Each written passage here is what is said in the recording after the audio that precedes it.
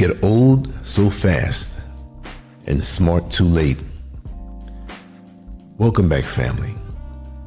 Lancescurv here, the Lancescurv podcast.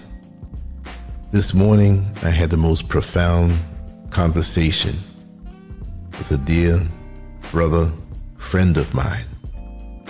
And we go back many, many decades, especially in bodybuilding. And the conversations that we have always unleash a profound truth. And we were flowing along talking about different situations and different old friends that are still here and some who have passed on. And at some point, and I have to give credit where credit is due, he said, we get old so fast and smart too late. And I don't know if you've ever had these moments sometime where you'll hear a certain set of words and they knock you down because they're chock full of truth. And it pretty much capsulized what we were speaking about in those few words. We get old so fast and smart too late. And I told him, I said, listen, I have to talk about that. I want to go deeper into that. And that was a gift of a topic. And that's how I get my topics a lot, because I could be going through the day and I could be in the checkout line of the supermarket and overhear somebody say something on their phone that's so truthful. I can hear a song and hear words on a song I never heard before. It just comes to me in abundance. That's why every day for me, especially with the life that I've lived, as long as I've lived it, I mix it into what I already know, and it's always something that comes out really powerful. And that's what I'm really into now. The foolishness, I'm not really into that. I love the truth. I love something that can make me think. I love to talk about human nature, because that's something that is very interesting, especially as it's unpredictable, as it is predictable. And that's what I'm into. But time, the passage of time, we get old so fast and smart too late. Time has a rhythm that we never fully understand when we're young. In youth, days feel endless. Summers stretch forever, or at least it seems that way. And birthdays come as a surprise only because we assume we have unlimited more ahead. The clock is silent then. We don't pay the clock any mind. And urgency is something only older people seem to speak about, because we know their time is coming.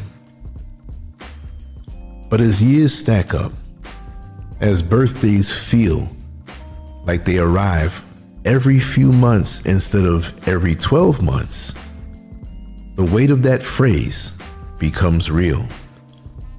We get old so fast and smart too late. The wisdom we now hold could have saved us stress in this life, could have saved us pain, could have saved us loss and lots of wasted years. But that is the irony of living. Wisdom rarely arrives early. When we look back, we realize how invincible we thought we were. I know I did. We believed youth was permanent. Energy was endless.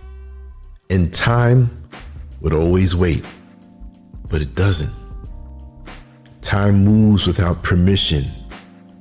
And we learn only in hindsight what truly mattered and what never did. If we had the insight at 20 years old that experience gives at 60 years old, the roads we chose would have been different. We would have guarded our hearts better, chosen our influences more carefully, and listened when life whispered before it had to shout. This reflection is not regret, it's clarity. It's a reminder that life teaches in reverse. You get the test first and the lesson later. I got a few points that I want to stress that I jotted down, and I think you'll find them interesting and very insightful. Time feels unlimited when young. You believe there is always tomorrow, never realizing how fast tomorrow becomes yesterday. Ain't that the truth? So I'm all into doing it now, experiencing it now, enjoying it now. Not in haste, but with a sense of urgency that has come over me as the years have gone by. We chase acceptance instead of purpose. Youth often cares more about fitting in than becoming grounded in identity. They got a thing called peer pressure. And very few of us when we're young refuse that peer pressure because we want to fit in. I was never like that. I was never really like that. And I would say overall, the generations that I come from younger, we really weren't like that. But today, forget it. Any new trend that comes out, it seems like everybody wants to jump on it. Yet they don't want to develop their own identity. There's still people who are focused on becoming who they're supposed to become. But I think it's far too many now. The cookie cutter people who follow what's trending, and when the wind blows, they change their stance on how they live their life, their fashion, their food preferences, their intimacy preference. It's just crazy. These days, it seems like nobody stays the same. And I don't mean stagnant, but I mean just grounded in who they are. Another one is we trust the wrong voices. When you're older, you learn that not everyone advising you had direction themselves. And you've heard the saying or the statement how you have so many people out here giving you relationship advice, yet they're not in or haven't been in a healthy relationship. What's up with that? Yeah, you better be careful who you listen to. You better be careful of the source. Because some people just love to run their mouth. And if you base your life on that and use their words as advice or as a guideline on where you're going to go in this life, if it's the wrong person giving it to you, you're in for a sure disaster, because people love to talk. They love to run their mouths. Another one is we spend energy instead of investing. Sleep, wealth, discipline, and peace are treated casually until the body demands repayment for these. The body's going to demand repayment for you not sleeping. You can get away with that when you're younger. You can stay up all night during the week after leaving work and go to a nightclub and stay all night and go right into work when you're much younger. I was never a nightclub guy, but I've stayed up all night and gone the next day to work with no problem. Felt a little fatigued, a little bit. But youth had me foolish that this is going to be this way all the time until you're a little older. And you're like, wait a second, I can't do this. And you can't live like that, or you'll strip yourself down. The same with your health. The same with discipline. You can't live without discipline. You're going to pay for it. We can get by, but for so long. But there comes a point where you get serious. You hunker down and you focus on what must be done. In peace, so many of us don't really understand how important peace is. Just to be still, just to be balanced, and to realize it. I have so much peace in my life these days. Oh my God. I don't like the drama. Even when it's somebody else's drama, I don't even want to hear it. I don't even want certain energies around me that have that potential for drama, or they're looking for drama, or addicted to drama and gossip, and this is happening, and this person did this, and this person did that. No, I don't want it. Let me be still. Let me absorb peace and quiet, solitude, nature. I'm thriving that way. I had planned to go out today to do a few things. I'm not doing it. Something told me stay home and enjoy this tranquility, and I am. And that's why I'm here doing this right now. And that's why I got the message and the words from my dear brother. That was the goal for today. I didn't know it, but it came to me on a divine level. I would like to go out tomorrow, but if not, no problem. I'll do things here and stay in my lane.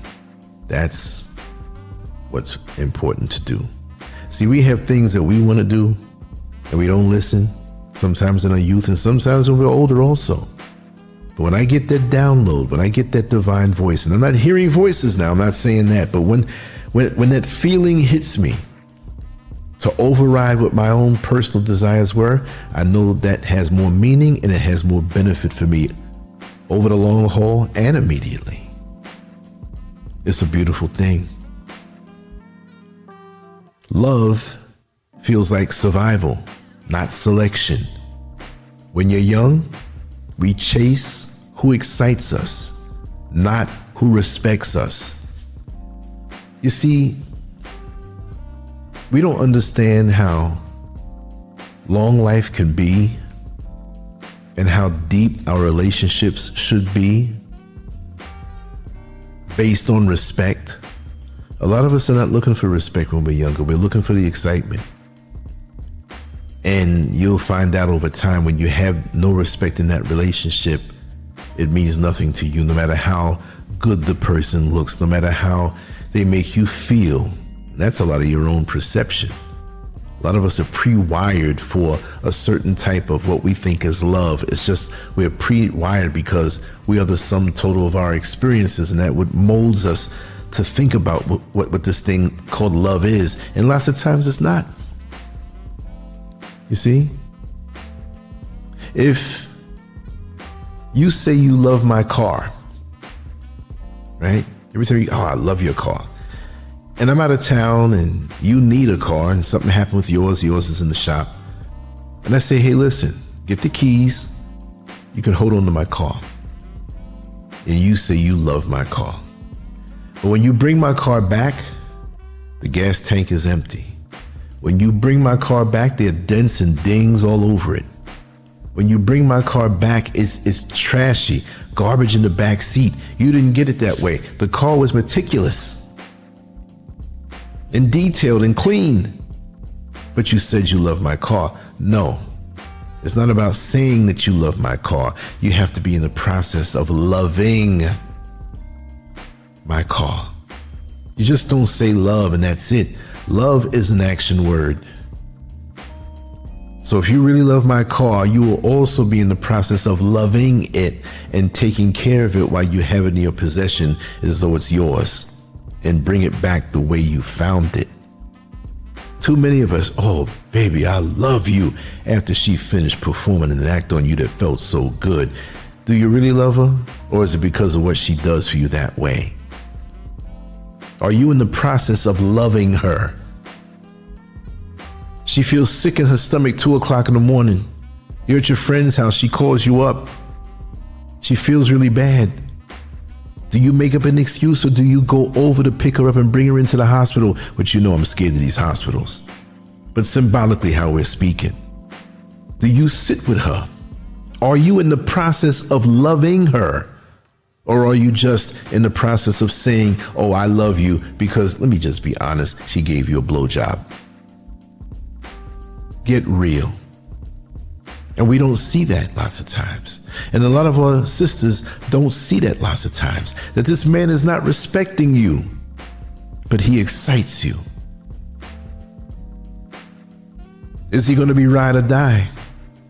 You shouldn't enter into anything unless you know this person really is serious about you, because time goes on and we look back and we find that we've leapfrogged from one relationship or situationship or whatever you want to call it these days to the other, and it didn't add up to anything. I've been through that. Sometimes I knew it wasn't going to add up to anything, but who wants to waste time? You get to a certain age, you say, where's all of this energy that I spent in the pursuit of this excitement? When deep down there was no respect. Not that they outright disrespected you, but there wasn't an interest, a true interest. We make or we mistake movement for progress. Busy is not the same as productive. And older eyes see that clearly. Some people are running up and down trying to act so busy and produce nothing. It's best to be efficient with your energy and produce. It's like an old fighter, an old boxer. He's still in shape. He's still better than most. But he sees that he doesn't have the storehouse of energy that he has. So he doesn't fight 3 minutes of every round. He'll fight the first minute, fight the last 45 seconds to make it look good, and preserve himself and conserve his energy, right? We have so many people out here who they're running up and down, and when you look into their lives, they're not getting anything done. That's not good at all. Aggression is one thing, but effective aggression is the best. Be effective in what you do. To heck with trying to impress people by looking busy. And that's why many of us go to these jobs. We go through the motions of looking busy, but we're not doing anything, right? We try to lie to ourselves that we're busy doing this and busy doing that, but subconsciously we're running away from some issue that we don't want to face. Movement doesn't always mean progress. Think about it. We try to impress instead of evolve. Approval feels more valuable to many than alignment when ego grows faster than wisdom. I'll say it again. Approval feels more valuable than alignment when ego grows faster than wisdom. Your ego is off the chain, and so the approval and the rush of approval that you get from the likes on social media or people who agree with you or agree with your stance on something that may not even be your stance. It might be something copied from somebody else that you put up to make it seem like you're so profound. And when your ego's out of control, the approval is what you go for. And it's more valuable than being divinely aligned. Because see, sometimes when you're divinely aligned, and most times when you're divinely aligned, you're not going to be the most popular. You might be looked at as weird when you're walking in your truth and what must be for you uniquely. Not trying to get along and to get the approval of everybody. That means you have to bend yourself when you get the approval of everybody. To heck with it. I'm always one who's prepared to swim upstream, to run uphill. I don't care about approval. I'm an extrovert, but I'm more of an introvert. And that drives people crazy who have known me, who can't rope me in with my desire for approval because I don't have it. I do my own thing. I'm self-motivated. And most people don't realize this until they're older, that they need to have those attributes, because this world will have you all over the place seeking approval in places where you never thought you'd be, in places where you don't even want to be. But you wake up in the middle of it. Why am I here? Why am I doing this? Do I really want to do this? Why am I spending this energy wasting time for the approval of people who really don't even care about you? Isn't it something? They don't even care about you. Approval. No, I don't need the validation or approval from anybody, because most of these people out here, they're running around like a chicken with the head cut off, and they're lost too. So let me find myself. I'm not looking for your approval. We mistake risk for rebellion. Some choices were not bold. They were reckless, dressed as independence, and they were reckless and downright foolish. And we try to make it seem like we're rebellious in the righteous way, that we're going to achieve this particular mark, but it was reckless. And sometimes the worst thing that can happen to us in our lives when we're younger is when we do something and we know it's reckless, we try to ignore it, and we took a gamble and it worked out. Now we get even more pompous. Now you want to be reckless again, and you have more guts to do so because you just did something that you got away with. Yesterday, I was riding up from down in the city from the tile shop to pick up a few more tiles that I needed.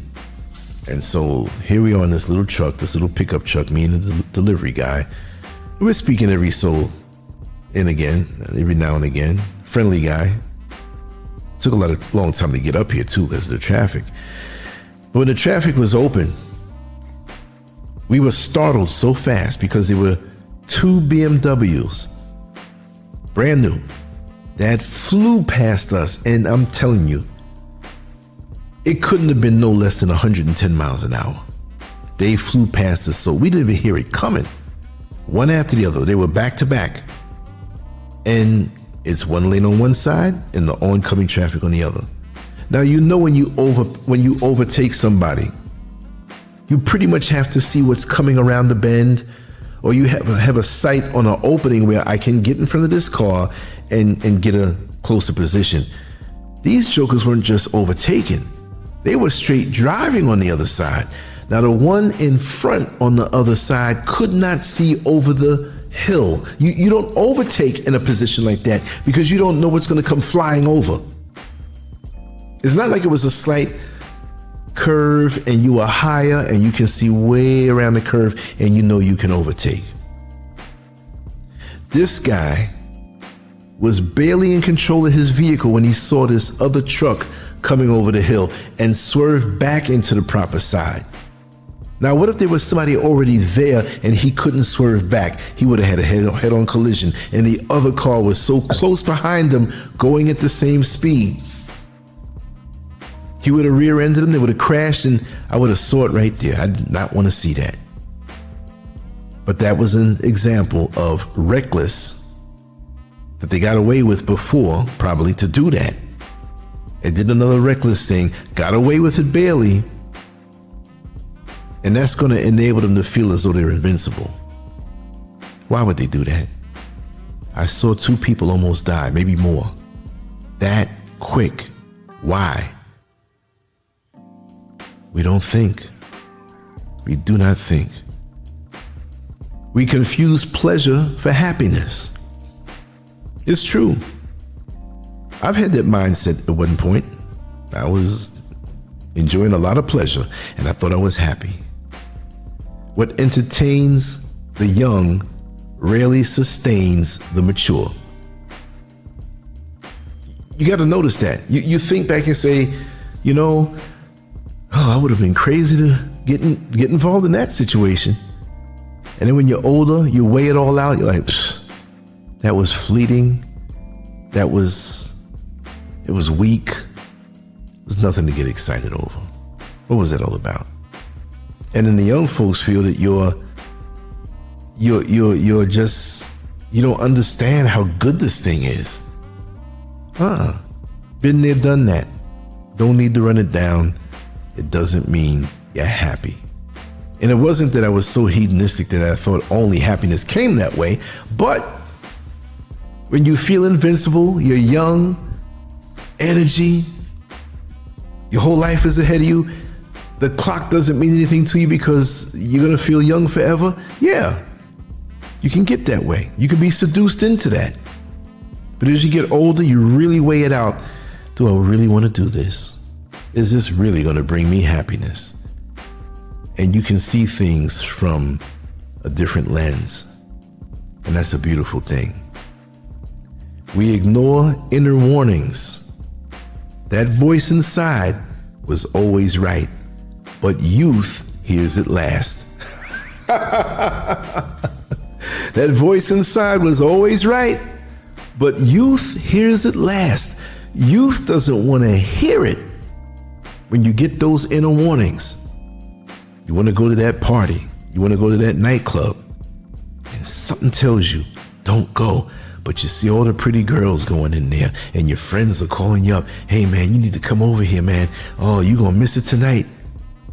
And you say, psst, I don't need to listen to this voice. Something is strongly telling me to stay home. And you go, and you having a good time until you hear the first few gunshots. And then now it makes sense. Now it makes sense why you shouldn't have gone. The voice inside was always right, but youth hears it last. And you swear up and down for a time that you're always going to listen to that voice. And lots of times, and oftentimes, it's going to come back again. You're going to ignore it until things keep happening, until you learn your lesson. Me, I'm looking for the voice. I don't wait for it. I'm quiet, meditating. Come on, voice. Let me know what I should do and what I shouldn't do. Even when I'm already out in the street, there may be a change of plans. Another way might be better that's offered to me in my heart, right? But you have to be at peace to be able to hear that. If you're gung-ho and caught up and you have your mind made up, I don't care what goes on, I don't care what voice I hear, I'm gonna do this. And often, almost, you always, you find yourself in a sorry state of affairs, regretting it, sitting up in somebody's hospital with a gunshot wound, sitting on the side of the curb because you done totaled your car and you knew you should have stayed in. You should have left that girl alone, and her boyfriend came out of jail early and ran into you. Now you're in a situation. I love peace. Peace. Right? There's a different way of spelling peace. Piece. And usually when you think in that way as a man, you're thinking about backside. No, I don't need that peace. I want the peace that keeps me at home and happy and secure. That's the only way to go. We waste years on what never mattered. Time spent on grudges, ego battles, pissing contests. Pointless drama becomes the heaviest regret later because it amounted to nothing at all. And there are people who look for the pissing contests and the grudges and the ego battles. And they're not even just young, they're older too. Leave them to play by themselves. You ain't wasting my time. I have no time to waste. I love when I lay down in the bed at night and I say to myself, what did I get done today? Am I happy with my accomplishments today? And 9 times out of 10, with the way that I'm thinking now, more so in the last couple of decades of my life, I'm happy. And that motivates me to want to add on to that the next day, right? Because success begets success. And you get tunnel vision with your accomplishments. It doesn't mean you become a workaholic. You're not running away from any other problem or mental issue you have on something that's in another area of your life that's bothering you. No. But the healthy way, you want to build on that. Well, if I got this done today and I feel good about it, I can't wait for tomorrow to come. That's the deal with that, right? We rush what needs patience and delay what needed advice. Youth flips the formula and age corrects it. Some things need patience, and sometimes we're too in a rush to understand that, right? And the things that need action, we delay it. We think it's not important. And oftentimes youth flips that formula. And some older folks do too. They won't have a sense of urgency for what they need to have a sense of urgency for, you know? And even then, it doesn't mean because you have gray hair or a couple of you're collecting a Social Security check, that you have the wisdom. That's another thing. Just because a person got to a certain age doesn't always mean that they have wisdom. There's a lot of fools out here with gray hair. There's a lot of fools out here who are senior citizens and still thinking the same way. I know a few of them. And they can't get me pulled into that dumb way that they've always thought their whole life, and now they're feeling stupid. Don't get me stranded with that. I'm trying to still accomplish and live and thrive and enjoy for the entire time that I'm here, right? We learn that people come and go. The faces we assumed would be with us forever leave before memory fades. That's just the way it is. Everybody's not going to always be in your life.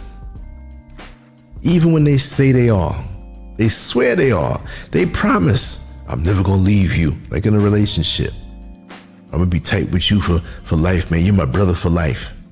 And you ain't see that joke in 15 years. So you have to take it as it comes. If it comes, you have longevity in your connections, beautiful.